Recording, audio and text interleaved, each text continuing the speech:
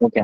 Last last class হচ্ছে আমরা 2.2.6 এর পূর্ব পর্যন্ত শেষ করেছিলাম। এখন আমরা এর পরবর্তী থেকে স্টার্ট করব। হ্যাঁ, তো প্রথমত হচ্ছে পেজ নাম্বার দেখাই যাচ্ছে, পেজ নাম্বার 100। 2.2.6 এর strategic planning. Strategic planning from an IS. IS মানে হচ্ছে information system standpoint relates to the enterprise long term direction. That means এটা শর্ট টার্মের না, স্ট্র্যাটেজিক প্ল্যানিং মানে লং টার্মের, যেটা আমরা লাস্ট ক্লাসে বলছিলাম। IT department management, IT steering committee and IT strategy committee. আচ্ছা, আইটি ডিপার্টমেন্ট ম্যানেজমেন্ট হচ্ছে কি, যারা কিনা আইটি ডিপার্টমেন্টটাকে ম্যানেজ করে। ম্যানেজ করা এবং ওইটা কোন দিকে যাবে না যাবে ওইটা সিদ্ধান্ত নেওয়া কিন্তু আলাদা জিনিস। ধরেন আমি যদি বলি যে আমাদের একাডেমিতে সামনে এটা হবে, সেটা হবে, ওইটা হবে, এই সকল বিষয়গুলোতে প্রত্যেকটা, ধরেন আমি বলতেছি আমাদের এখানে ক্লাস এক এক সময় এক একজন নিচ্ছেন, বা এক এক সাবজেক্টের এক একজন নিচ্ছেন। হ্যাঁ, তো এখানে প্রত্যেককে ক্লাস লিঙ্ক দেওয়ার দায়িত্বটা আমার। তো দ্যাট মিনস এই জায়গাতে আমি ম্যানেজমেন্ট হিসেবে আছি। স্টিয়ারিং কমিটিতে কারা আছে, ধরেন এক একজন এক একটা ক্লাস নিচ্ছেন, তো যে ক্লাস যেদিকে ধাবিত হচ্ছে এটার দায়িত্ব ওনার। তো দ্যাট মিনস স্টিয়ারিং কমিটি হচ্ছে আলাদা, আর স্ট্র্যাটেজি কমিটির কাজ হচ্ছে কি লং টার্মে কিভাবে কি করতে হবে না করতে হবে এটা ডিসাইড করা। এখানে তিনোটা জিনিস একজনও করতে পারে, যে যখন কোনো একটা প্রতিষ্ঠান ছোট আয়তন বা পরিধির হয়, আর যখন প্রতিষ্ঠান বড় আয়তনের হয় তখন সেক্ষেত্রে বিভিন্ন ব্যক্তি এটার সাথে জড়িত থাকতে পারে। Play key roles in developing and implementing plans. এবং এখানে যে সকল, যে তিন ধরনের ব্যক্তিবর্গের কথা আমরা বলেছিলাম, তারা একজন ব্যক্তি তিনোটা করতে পারে, তিনোটার জন্য আলাদা আলাদা ব্যক্তিবর্গ থাকতে পারে। তারা কি রোল প্লে করে ডেভেলপ করার ক্ষেত্রে এবং ইমপ্লিমেন্ট করার ক্ষেত্রে প্ল্যানের, মানে প্ল্যান ডেভেলপ করা এবং প্ল্যানটাকে বাস্তবায়ন করা, দুটোর দায়িত্বেই তারা থাকে। তারা কারা? Department management, steering committee, strategy committee. এখন অপশনে থাকতে পারে which of the following are not playing key roles in developing and implementing plans. এখানে তিনটা দিয়ে দিল, সাথে থাকবে যে আইএস অডিটর বা ইনফরমেশন সিস্টেম অডিটর। তো এখানে উত্তর হচ্ছে ইনফরমেশন সিস্টেম অডিটর হবে। In dynamic industries. Dynamic industries কোনগুলো? যেগুলা কিনা দ্রুত পরিবর্তনশীল। ধরেন যে কোনো ইন্ডাস্ট্রি যেগুলোতে আপনার বেশি দিন যাবত টেকে না, এরকম টাইপ, মানে কিছুদিন পর পরই হঠাৎ হঠাৎ চেঞ্জ হতে হয়। ফর এক্সাম্পল ধরেন আগে আমরা বিনোদনের জন্য কি দেখতাম, ভিসিআর, মানে সবার আগে ধরেন একদম প্রথম দিকে দেখা গেছে আমরা ট্যাপ রেকর্ডার টাইপের কিছু ইউজ করতাম। এরপরে ডিভিডি ভিসিডি ইউজ করতাম। এরপরে মানুষজন মেমোরি কার্ড ইউজ করছে। এর পরবর্তীতে পেন ড্রাইভ ইউজ করছে। এর পরবর্তীতে হচ্ছে আপনার ডাইরেক্ট স্মার্টফোনে এখন দেখে বা ল্যাপটপে দেখে। হ্যাঁ, তো এইগুলো হচ্ছে dynamic industry, where disruptive technologies and market Trends can quickly reshape. এই যে যেটা কথা আমরা বলছি, এখানে কি মার্কেট ট্রেন্ড কুইকলি রিশেপ করতেছে না? সেই কয়দিন আগের কথা, যখন আমরা মেমোরি কার্ড দোকানে গিয়ে লোড করাইতাম, দেন আমার মেমোরি কার্ডে একটু ঢুকাইয়া দেন, মানে কোনো না কোনো দেখা গেছে মুভি, তারপরে ইত্যাদি ইত্যাদি নাটক। হ্যাঁ, আবার এরই কিছুদিন আগে আপনি চিন্তা করে দেখেন, মেমোরি কার্ড বের হওয়ার জাস্ট ধরেন 2-3 বছর আগে ধরেন, বা 1 বছর আগে হইতে পারে, যে আপনি কি করতেছেন, ওই মেমোরি কার্ডের বিষয়টা আপনি ভিসিডি প্লেয়ার বা ডিভিডি প্লেয়ার দোকান থেকে ভাড়া করে নিতেন। তারপর কারো বাসায় হচ্ছে ওই প্লেয়ার থাকতো, মানে ওইটা ক্যাসেট ভাড়া করে নিতেন, কারো বাসায় প্লেয়ার থাকতো, সেখানে আমরা প্লে করে সবাই মিলে এলাকার সবাই দেখতাম, তাই না? এমনই তো ছিল। এরপরে আস্তে আস্তে হচ্ছে পেন ড্রাইভ আসছে, একজন একজন ফ্রেন্ডে পেন ড্রাইভ দিয়ে দিয়ে দেয়, পেন ড্রাইভ দিয়ে সে আবার দেখে। আর এখন তো পেন ড্রাইভেরও চাল নেই, এখন পেন ড্রাইভের খুব একটা চাল আছে। আপনি এখন মুভি দেখতে হলে আরেকজন থেকে পেন ড্রাইভে নেন, আপনি এখন ডিরেক্ট ডাউনলোড করে নিজে মুভি দেখতেছেন, তাই না? তো দ্যাট মিনস আপনি সরাসরি স্মার্টফোনে দেখতেছেন, ওই ভিসিডি প্লেয়ার, ডিভিডি প্লেয়ার কিংবা ক্যাসেট এগুলোর কিছুরই আর প্রচলন নাই। তো এগুলাই হচ্ছে কি ডায়নামিক ইন্ডাস্ট্রিজ। হ্যাঁ, to reshape the competitive landscape, enterprise often need to reassess and adjust their strategies more frequently. এখন এই ক্ষেত্রে ধরেন যারা, ধরেন সনি, সনি আগে হচ্ছে কি বানাইতো, ভিসিডি প্লেয়ার বানাইতো। এখন কি সনি ভিসিডি প্লেয়ার বানায়, বা এখন কি এটা চলবে? চলবে না। তো সনি এখন বর্তমান সময়ে যেগুলা ট্রেন্ডে আছে, সনি কি সেটা বানাচ্ছে না? বানাচ্ছে। তোমার কথা বলেন না কেন আপনারা? না, বানাচ্ছে না ভাই। মানে বানাচ্ছে না বলতে বর্তমান সময়ে যেটা দরকার সেটা অনুযায়ী সনি ওইটা বানাচ্ছে, তাই না? সনি এখন ভিসিআর মোবাইল বানাচ্ছে ফোন না, ওটা বানাচ্ছে ওটা বানাচ্ছে প্রচলন না, নেই। কিন্তু ডিভিডি প্লেয়ার বানাচ্ছে না, বাট মোবাইল ফোন তো বানাচ্ছে, তাই না? তো দ্যাট মিনস হচ্ছে কি, ওরা রিঅ্যাসেস করতেছে যে বর্তমানের জন্য কোনটা ট্রেন্ডি, এটা কোম্পানিগুলা রিঅ্যাসেস করতেছে, করে সেটা রেডি করতেছে মার্কেটের সাথে সাথে, তাই না? তো দ্যাট মিনস এখানে হচ্ছে কি, ফ্রিকুয়েন্টলি অ্যাসেসমেন্টের বিষয় থাকে এবং ফ্রিকুয়েন্টলি স্ট্র্যাটেজিক রোল চেঞ্জ করার বিষয় থাকে। কোন ইন্ডাস্ট্রির ক্ষেত্রে? ডায়নামিক ইন্ডাস্ট্রির ক্ষেত্রে। তারপর হচ্ছে ডিটারমাইনিং রিকোয়ারমেন্ট। আর ডায়নামিক ইন্ডাস্ট্রি মানে কি, যেখানে ইন্ডাস্ট্রি ট্রেন্ড রেগুলারলি চেঞ্জ হয়। আচ্ছা, determining requirement for new and revised information system involves systematically considering the enterprise's strategic intention, how this translate into specific objectives and business initiatives, and what IT capabilities will be needed to support them. অর্থাৎ এক্ষেত্রে সবসময় মাথায় রাখতে হবে যে আমাকে কোন জিনিসগুলা রেগুলারলি আপডেট রাখতে হবে, কোনটাকে রেগুলারলি ট্রান্সলেট করার মাধ্যমে বিজনেসের কোন কোন ইনিশিয়েটিভ গুলা হাতে নিতে হবে, এবং আমার বর্তমানে যে সকল জিনিসপত্রগুলা বা রিসোর্স গুলা আছে এগুলা কি ক্যাপাবল কিনা বিজনেসের যে সকল আহ প্রয়োজনীয়তা আছে সেটাকে মিট করার জন্য।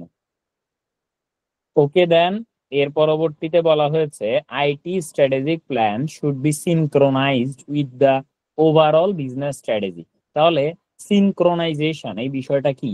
ধরেন আমার ধরেন 3-4টা ডিভাইস আছে, গুগল অ্যাকাউন্ট ধরেন একটাই।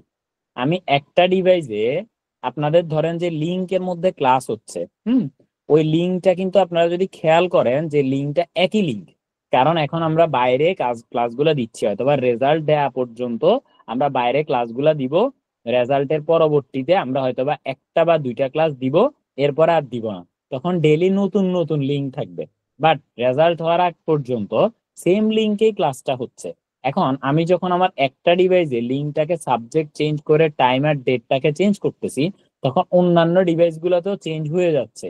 এটাকেই বলা হচ্ছে সিনক্রোনাইজেশন। ক্লিয়ার?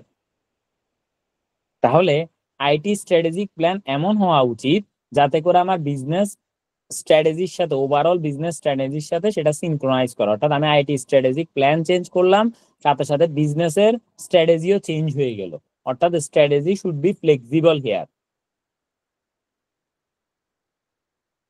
এবার হচ্ছে some typical areas in which BI মানে হচ্ছে business intelligence is applied for measurement and analysis purpose. তাহলে যেই সকল জায়গাগুলোতে বিজনেস ইন্টেলিজেন্স ব্যবহার করা যাচ্ছে ওইগুলা নিচের গুলা কি কি: প্রসেস কস্টে, ইফিসিয়েন্সি অ্যান্ড কোয়ালিটিতে, কাস্টমার স্যাটিসফ্যাকশনে, কাস্টমার প্রফিটেবিলিটিতে, staff and business unit achievement of key performance ইন্ডিকেটরে, রিস্ক ম্যানেজমেন্টে। এখানে আমরা যতগুলা কথা বলেছি প্রত্যেকটাতে আমরা বিআই এর ইউজ করতে পারবো। বিআই মানে business intelligence. The interest in বিআই as a distinct field of IT activities is due to several factors. তাহলে আমার এই যে বিআই এর মধ্যে বিভিন্ন সেক্টরে আমার কোনভাবে কি বিআইটা কাজ করবে সেটা বিভিন্ন বিষয়ের উপরে নির্ভর করে। তাহলে সেটা কি? The increasing size and complexity of modern enterprise. যেহেতু মডার্ন এন্টারপ্রাইজ রেগুলারলি অনেক বড় হচ্ছে, তো দ্যাটস ওয়াই, বা এবং জটিলও হয়ে যাচ্ছে, তো এটা বিআই কতটা কাজ করতে পারবে সেটার উপর ডিপেন্ড করতেছে। Pursuit of competitive advantage, competitive অ্যাডভান্টেজকে টিকিয়ে রাখতে হলে বা অন্যান্য থেকে এগিয়ে থাকতে হলে সেক্ষেত্রে বিআই কাজ দিচ্ছে। লিগ্যাল রিকোয়ারমেন্ট, আমার প্রতিষ্ঠানের কমপ্লায়েন্স মেনটেন করা হচ্ছে কিনা সেটা বোঝার ক্ষেত্রে বিআই রেগুলার ইউজ হচ্ছে। Enterprise must design and implement A data architecture to deliver effective বিআই। তাহলে তারা কি করতেছে? দুইটা কাজ করতেছে, একটা হচ্ছে ডিজাইন করা এবং সে ডিজাইন অনুসারে ওই জিনিসটাকে ইমপ্লিমেন্ট করা। A complete data architecture consist of two component, এটা দুইটা জিনিসের উপর ভিত্তি করে গড়ে উঠতেছে, একটা হচ্ছে এন্টারপ্রাইজ ডাটা ফ্লো আর্কিটেকচার আর একটা হচ্ছে লজিক্যাল ডাটা আর্কিটেকচার। দুইটা জিনিস কি কি? কমপ্লিট ডাটা আর্কিটেকচার গড়ে উঠতেছে দুইটা কম্পোনেন্টের উপর ভিত্তি করে, enterprise data flow architecture, logical data architecture. Various layers component of this data flow architecture. এখন আমরা এই যে দুইটা আর্কিটেকচারের কথা বললাম, এটার আবার বিভিন্ন লেয়ার আছে। এবার লেয়ারে কোন কাজ করে সেটা আমাদেরকে জানতে হবে। প্রথমটা হচ্ছে presentation layer. The end user directly deal with information includes familiar desktop tools such as spreadsheet, direct query tools, reporting and analysis suite বলতে আমরা একটা কথা বলছিলাম যে যখন একটা প্যাকেজের মধ্যে অনেক কিছু আমরা ব্যবহার করতে পারি, these are considered as suites. And purpose build application such as balanced scorecard, I guess. হ্যাঁ, scorecard and digital dashboard. আচ্ছা, ব্যালেন্স স্কোর কার্ড জিনিসটা কি?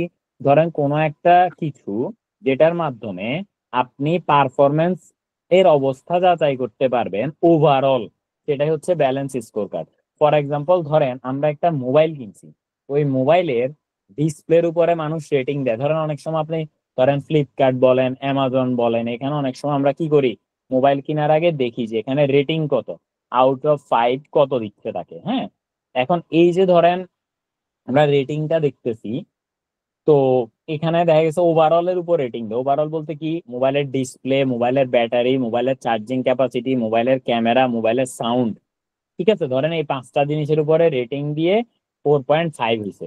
তো তার মানে এই যে 5টা জিনিসের উপর ভিত্তি করে একটা রেটিং, এবং যেটার উপরে ওভারঅল বোঝা যাচ্ছে, ওইটা হচ্ছে ব্যালেন্স স্কোর কার্ড, এই ওভারঅল 4.5 পাওয়া।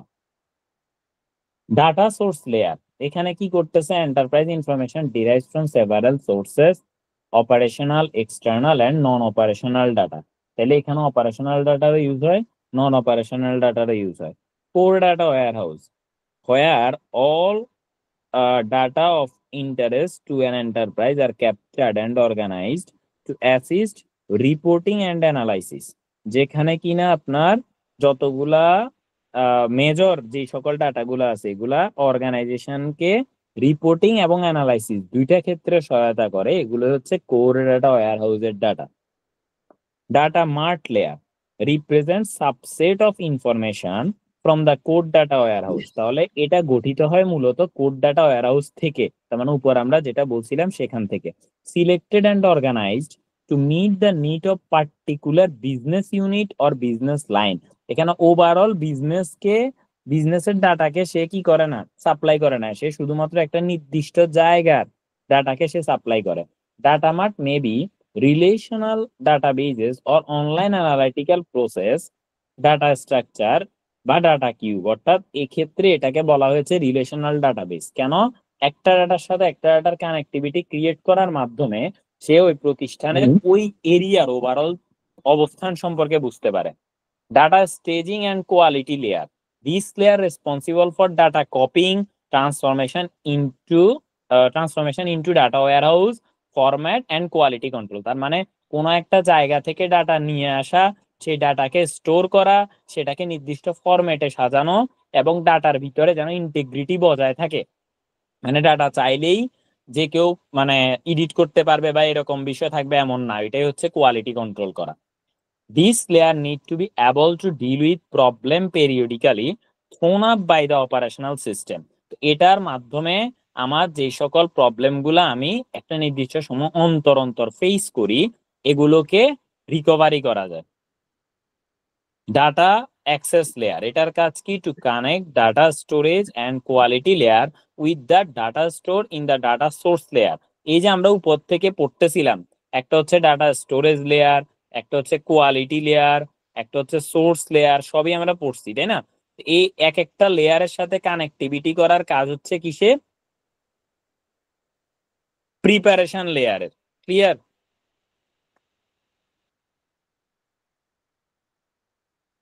আমরা প্রিপারেশন লেয়ারে ছিলাম না?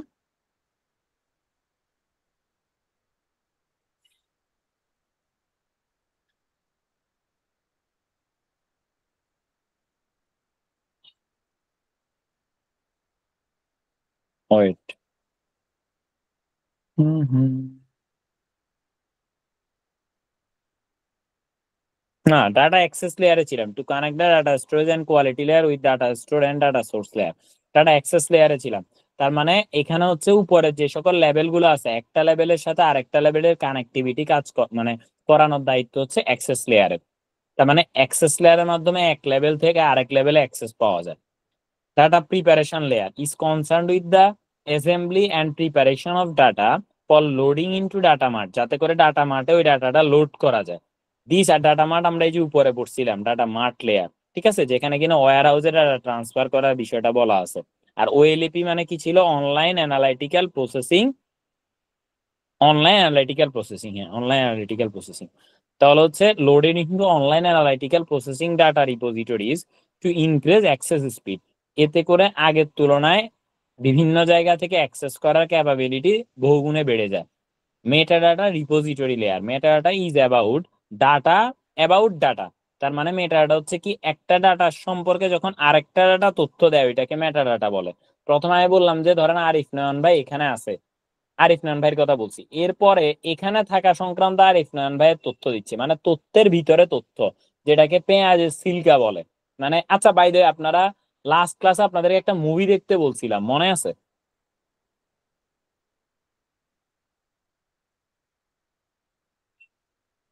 হ্যালো? দাদা আইটিতে বলেন নাই মনে হয়। আইটিতেই বলছি, আই গেস আমি আইটিতেই বলছি। বাকিরা কেউ কি আইটিতে শুনেন নাই? আইদার আমি তো দুইটাতেই আছি, অডিট আর হচ্ছে আইটি। আমি আমার যতদূর ধারণা আমি আইটিতেই বলছি যে এই মুভিটা দেখেন, এটাতে মানে অবশ্য অনেক কিছু শেখার আছে, এটা আপনাদের সবার দেখা উচিত, যে কিভাবে কি, আইটিতেই বলার কথা। আমাদের লাস্ট ক্লাস কি অডিট ছিল না আইটি ছিল? এর আগের দিন যেটা ছিল, মানে আজকের আগের দিন যেটা ছিল, এটা কি ছিল? আইটি ছিল ভাই, আইটি আইটিতে আইটি ছিল, বলছিলাম দ্যাট না। মিনস আমি আইটিতেই বলছি। তো আপনারা মুভিটা কয়জনে দেখছেন, বা মনে আছে কয়জনের যে আমি একটা মুভি দেখতে বলছি? এটা একটু হাত তোলেন তো আমি একটু দেখি। একটা মুভি দেখতে বলছিলাম, মুভিটা নাম হচ্ছে দ্য রিটার্ন অফ অভিমন্যু, ওইটাও বলে দিছি। ইভেন ইউটিউব চ্যানেল পর্যন্ত এখানে মনে হয় এখনো এটা আছে হিস্ট্রিতে, কারণ এটা ট্যাব, তো ট্যাব আমি শুধু এই যে এখনো হিস্ট্রিতে আছে, ঠিক আছে। এখন আর চলে গেছে হয়তো বা, যাই হোক, বাট এই যে কোনায় ছিল, আমি এটা দেখছিলাম যে এতক্ষণ উপরের দিকে ছিল।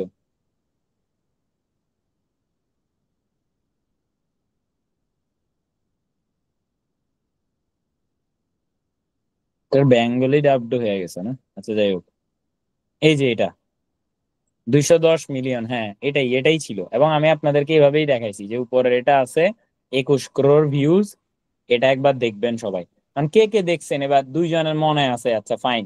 যে দুইজনের মনে আছে তার মধ্যে কে কে দেখছেন আপনি একটা জিনিস দেখেন, আপনাদেরকে আমি মুভি দেখতে বলতেছি, নিশ্চয় মুভিতে কিছু আছে, না হলে তো আমি দেখতে বলতাম না, তাই না? তাহলে চিন্তা করেন যে একটা মুভি আপনার দেখতেছেন না, মুভি দেখে এন্টারটেন হবো তাও দেখতেছেন না, পড়তেও করতেছি না ভাই। তো সেই জায়গায় যদি এটা না দেখেন, একজন দেখছেন, রিয়াদ ভাই পুরো মুভিটা দেখছেন? না দাদা দেখা হয় নাই, বাট উইকেন্ডের প্ল্যান আছে, এটাই দেখবো। আচ্ছা, অফকোর্স দেখবেন। এবং আমি মনে করি যে সামনে আপনারা যদি কোনো মুভি দেখে থাকেন, মানে এই যে সামনে যদি প্ল্যান করেন যে আমি একটা মুভি দেখবো, তাহলে প্রথম মুভিটা যেন এটাই দেখেন। যদি কেউ এটা দেখে না থাকেন তো অফকোর্স যেন এটাই দেখেন। কারণ এখানে আপনার বাস্তব জীবনে বর্তমানে চলতে গেলে কি কি বিষয় ফলো করতে হবে, অনেক কিছু এখানে বলা আছে। এবং আপনি যে প্রত্যেকটা মুহূর্তে মুহূর্তে কিসের শিকার হতে যাচ্ছেন, এটা এখানে বলা আছে, এই মুভিতে বলা আছে। মুভিটা অনেক বছর আগের, ছয় ছয় বছর আগের মুভি দেখেন। বর্তমানে তো আরো অনেক কিছু হইতেছে, বাট ওই মুভিতে যেগুলা দেখানো হয়েছে ওইগুলা বাংলাদেশে এখন হচ্ছে। হয়তো যখন এই মুভিটা বানানো হয়েছিল তখন ইন্ডিয়াতে এরকম অনেক কিছু হইতেছিল, বা তাদের জন্য ধরেন আমরা অনেক সময় কিছু কিছু মুভি আছে যারা কিনা ধরেন 10 বছর পরে কি হবে তারা আগে আজকে বানাই ফেলতেছে, 10 বছর পরে এটা হচ্ছে।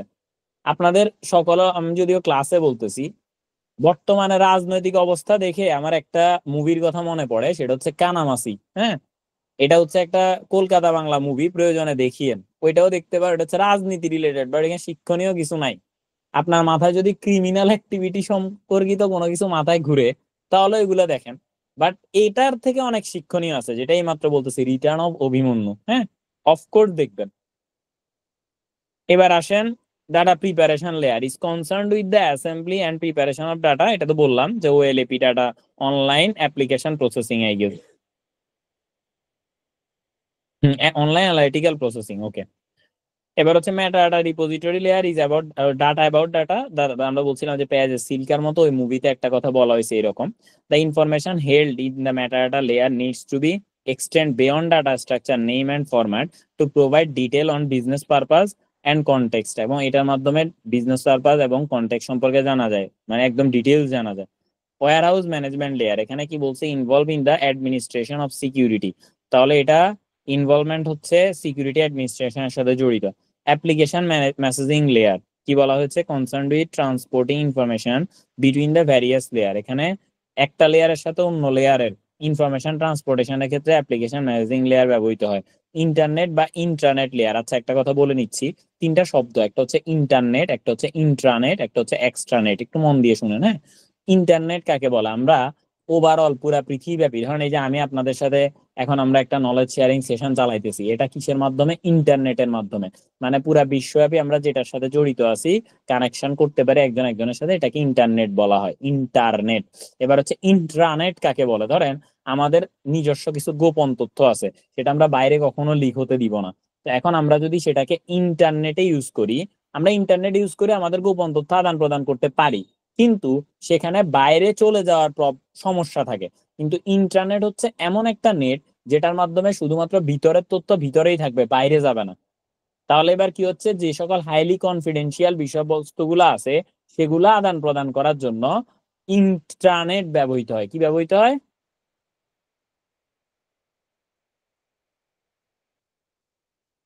হ্যালো,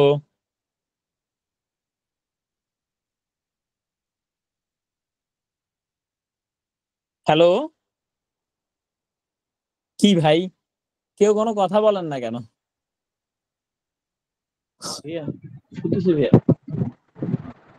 তারপর এনিওয়ান এলস, আর কেউ কিছু বলবেন না, শুধু একজনই বলছে ভাইয়া শুনতেছি ভাইয়া। হুম, আজকে তো বৃহস্পতিবার, কালকে ঈদও না, পরশু ঈদও না, সবাই তো বাসায় আছি নাকি?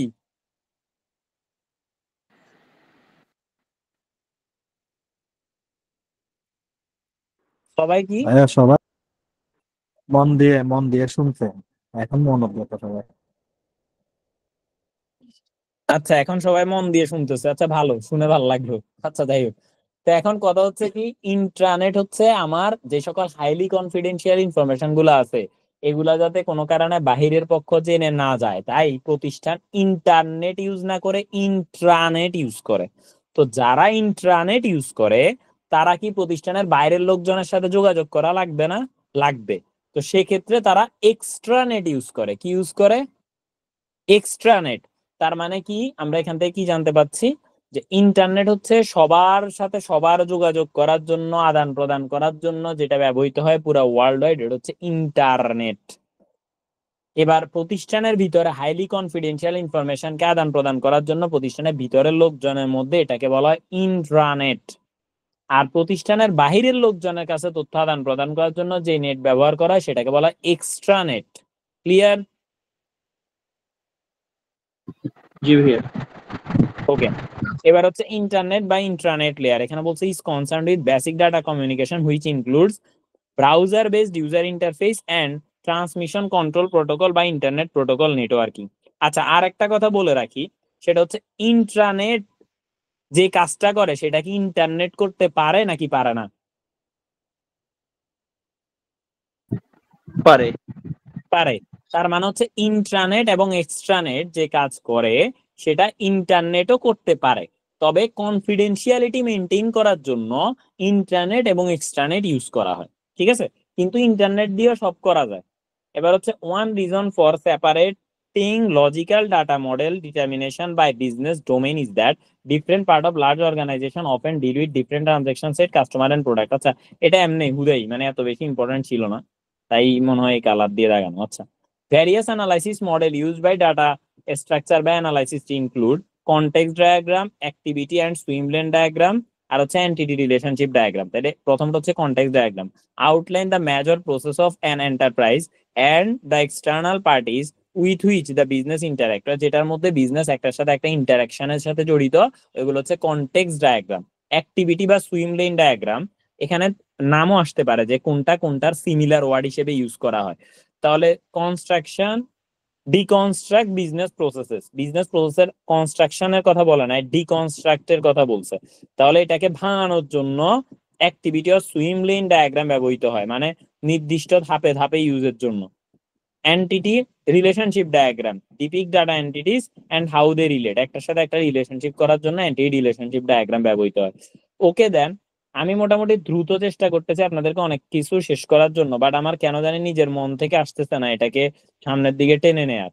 তো আমরা হচ্ছে এই যে চিত্রটা একবার দেখতেছি, দেখেন এখানে প্রত্যেকটা লেয়ার সম্পর্কে দিয়ে দেওয়া হয়েছে।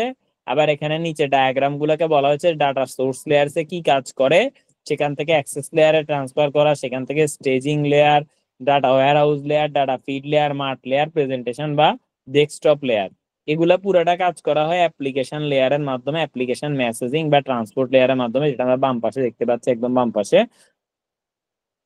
দেন হচ্ছে আপনার দেখতে পাচ্ছি যে ডিরেক্ট কোয়েরিজ, সেটা এখান থেকে সরাসরি ট্রান্সফার হয় ডাটা সোর্স লেয়ারে, কোন জায়গা থেকে, প্রেজেন্টেশন বা ডেস্কটপ বা অ্যাক্সেস লেয়ার থেকে ডিরেক্ট ট্রান্সফার হয় ডাটা সোর্স লেয়ারে। এটা একটু ভালো করে চিত্রটা দেখবেন, ঠিক আছে? ওকে দেন, তো আমি চাচ্ছি যে আজকে যেহেতু পার্টিসিপেন্ট সংখ্যা অনেক কম, তাহলে আমরা আজকে এখানেই শেষ করে দিই। আর সত্যি বলতে আমাদের এখানে তো 5 চ্যাপ্টার নাই, এখানে হচ্ছে 1, 2 আর হচ্ছে 5। তো 5 নাম্বার চ্যাপ্টারটাই একটু বড়, হ্যাঁ বড় বলতে অনেক বড়, এবং এখান থেকে প্রশ্ন বেশি আসে। তো 2 এর পর আর থাকবো মাত্র 1 চ্যাপ্টার। তো এই ক্ষেত্রে আমরা প্রয়োজনে একটু আসতেই যাই। আর রেজাল্টের পরে তো আরো অনেক সময় থাকবে, 2 মাস, মানে যেটা খুবই দ্রুত শেষ হয়ে যাবে। গতবার আমাদের সেশনটা শুরু হয়েছিল রেজাল্টের পরে, এবং রেজাল্টের আগে আমরা বাইরে গ্রেস অলরেডি শেষ করতে পারছিলাম। তো এবার তো রেজাল্টের আগেই মোটামুটি অনেক কিছু শেষ হয়ে যাচ্ছে। তো রেজাল্টের পর অফকোর্স মানে অনেক দ্রুত এটা শেষ হয়ে যাবে। তো এই ক্ষেত্রে হচ্ছে আমরা প্রয়োজনে কিছু কোশ্চেনও সলভ করব, যাতে করে আমাদের প্র্যাকটিসটা অনেক ভালো হয় আর কি। তো আজকে আমি তাই আর বেশি এগোচ্ছি না, যদিও শুরু হয়েছে অনেক দেরিতে, বাট যেহেতু পার্টিসিপেন্ট সংখ্যায় কম, তাহলে আমরা এখানেই শেষ করতে চাচ্ছি। আর যদি আমাদের সাথে কারো এখন জয়েন করার ইচ্ছা থাকে, তাহলে সেক্ষেত্রে উপরে যে নাম্বার দেখতে পাচ্ছেন সিসা 28 এডিশনের পাশে ব্র্যাকেট দেয়া, সেখানে চাইলে জয়েন হতে পারেন ওই নাম্বারে হোয়াটসঅ্যাপে নক করার মাধ্যমে। এবং যারা পরবর্তীতে জয়েন হবেন তারা প্রিভিয়াস ক্লাসের রেকর্ড গুলো পেয়ে যাবেন। তো ধন্যবাদ সবাইকে। কারো যদি কোনো কোয়েরিজ না থেকে থাকে, তাহলে আজকের মতো আমরা এখানে সমাপ্তি ঘোষণা করছি। আসসালামু আলাইকুম। Is there anything to know? Okay then, তো ধন্যবাদ সবাইকে, অনেক অনেক শুভকামনা। আর আমরা হচ্ছে রাতের বেলা আজকে 10:45-এ একটা অডিট অ্যান্ড অ্যাসুরেন্স ক্লাস আছে, আপনারা চাইলে এটাতে জয়েন হতে পারেন সেম লিঙ্কেই। তো যারা এখন ক্লাসে আছেন তারা রাতের 10:45 বাজে এই লিঙ্কে হচ্ছে অডিট অ্যান্ড অ্যাসুরেন্সটা দেখতে পাবেন। ধন্যবাদ সবাইকে, ভালো থাকবেন, আসসালামু আলাইকুম।